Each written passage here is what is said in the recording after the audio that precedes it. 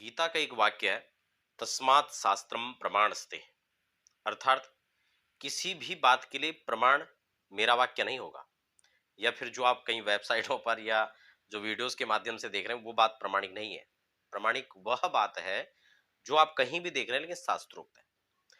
आज मैं बहुत छोटा प्रश्न है जो आप लोगों के हैं कि सावन और भादों के अंदर क्या गृह प्रवेश कर सकते हैं या नहीं कर सकते। सीधा सा उत्तर है, देखिए जब हम गृह प्रवेश की बात करते हैं तो मैंने आपको अलग अलग महीनों के 12 महीनों की मैंने आप चर्चा की है, जिसमें सभी जानकारियां मैंने दी है। हमारे प्लेलिस्ट में जाकर आप 12 महीने का गृह प्रवेश या गृहारंभ उसको देख सकते हैं, या नीचे डिस्क्रिप्शन में भी लिंक होंगे। 12 महीनों में से 4 महीने गृह प्रवेश के लिए श्रेष्ठ बताए गए हैं, जिसको मैं पहले भी कार्यक्रम के माध्यम से आपको बता चुका हूं। माघे अर्थलाभ, माघ के महीने में अर्थलाभ बताया गया है।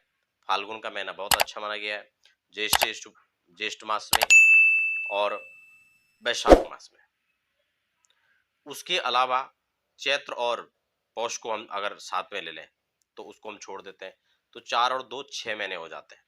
2 महीने में नहीं करना होता है, और 4 महीने वो सर्वश्रेष्ठ जो कहीं भी मेरे पास लगभग जो 150 साल से पुराने जो पंचांग प्रकाशित होते हैं उनमें से एक दिवाकर है, और दूसरा ये असली पंचांग करके जो निकलता है ये भी 150 साल पुराना है। तीसरा ये पंचांग है।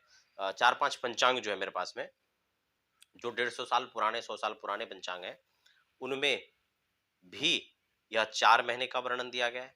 अगर शास्त्रों की बात करें तो मुहूर्त चिंतामणि है, या फिर जो है परंपरागत मुहूर्त, दोनों के अंदर इसमें भी और मुहूर्त चिंतामणि में भी, ठीक है ना। परंपरागत और भी बहुत सारे हैं, लेकिन मैंने फिलहाल प्रमाण के लिए जो चीजें ली हैं उसमें यहाँ पर बड़ा स्पष्ट बताया गया है कि जो गृह प्रवेश के लिए मुहूर्त है इसमें माघ फाल्गुन और वैशाख जेठ, जैसे मैं आपको बता चुका हूँ, ठीक है ना। इसमें सेम वही स्थिति है। तो कुल मिलाकर 4 ही महीने श्रेष्ठ है। आपको ऑप्शन क्या है, या तो 4 महीनों का इंतजार करें, ठीक है ना, और या फिर जो सेकंड बेस्ट के रूप में मैं मुहूर्त पर पहले भी चर्चा कर चुका हूं कि मुहूर्त कैसे कैसे हम तात्कालिक मुहूर्तों पर भी जो है काम कर सकते हैं, लेकिन वो मुहूर्त कैसे निकाले जाए उसकी विधि क्या है। राशि से 4-8 चंद्रमा 12 ना हो, 4-8-12 सॉरी चंद्रमा ना हो, सूर्य बल देखा जाता है, और भी स्थितियां हैं। और विशेषकर जो बहुत महत्वपूर्ण चीज होती है लगन, क्योंकि सर्वे दोषा विनिश्यन्ति लग्न शुद्धि यथा भवेत्, ये शास्त्र वाक्य है, और उसको निकालना बहुत जरूरी है। पर्टिकुलर उसी टाइम में उसी लग्न के अंदर आपको गृह प्रवेश करना चाहिए।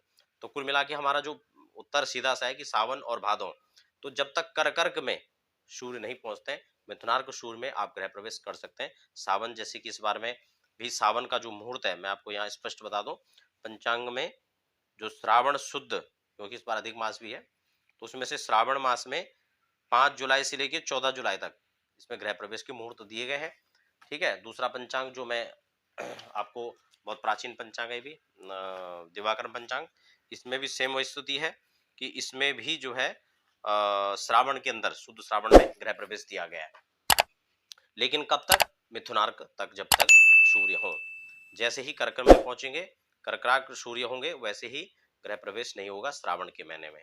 और भाद्रपद महीने में भी तब कर्क के बाद सावन में और फिर भादों में गृह प्रवेश जो है नहीं करते हैं, खासकर चौमासे के इस दौरान। बाकी जो है 12 महीने में से, जैसे मैंने कहा कि हम 4 महीनों की प्रतीक्षा नहीं कर सकते हैं, हमें अत्यावश्यक होने पर, वैसे श्रावण में जो इस रूप से लिखा हुआ है, और इस बार ये पंचांग भी दोनों में तीनों में आपको बता रहा हूँ, इसमें भी मुहूर्त दिया गया है, तो आप अत्यावश्यक होने पर इसमें भी कर सकते हैं, और बहुत जरूरी नहीं है तो सावन और भादों को आप छोड़ भी सकते हैं। तो कुल मिलाकर बड़ा स्पष्ट है, आप समझ चुके होंगे। अगर अत्यावश्यक है तो आप जो तिथि नक्षत्र और जो राशि पर चंद्रमा आदि का संचरण है, लगन है, उन सब चीजों के जो मुहूर्त के घटक हैं, उन मुख्य घटकों पर आप जो है विचार करके मुहूर्त निकाल करके और फिर एक शुभ लग्न में गृह प्रवेश कर सकते हैं। जो उसकी वैदिक परंपरा है उसको आप फॉलो करना चाहिए, खासकर जब मुहूर्त न बन रहे हो या फिर अत्यावश्यक होने पर करना हो, तब जो है हमें और अन्य चीजों पर विशेष फोकस करना चाहिए। जैसे कि गृह प्रवेश का जो नियम है, वास्तु शांति है, नवग्रह शांति है, और मातृकाओं का पूजन है, जो भी उसमें विधि है ना, उसको हमें परंपरागत पूरा फॉलो करना चाहिए, ताकि जो अन्य दोष बन रहे उन दोषों का निवारण हो सके।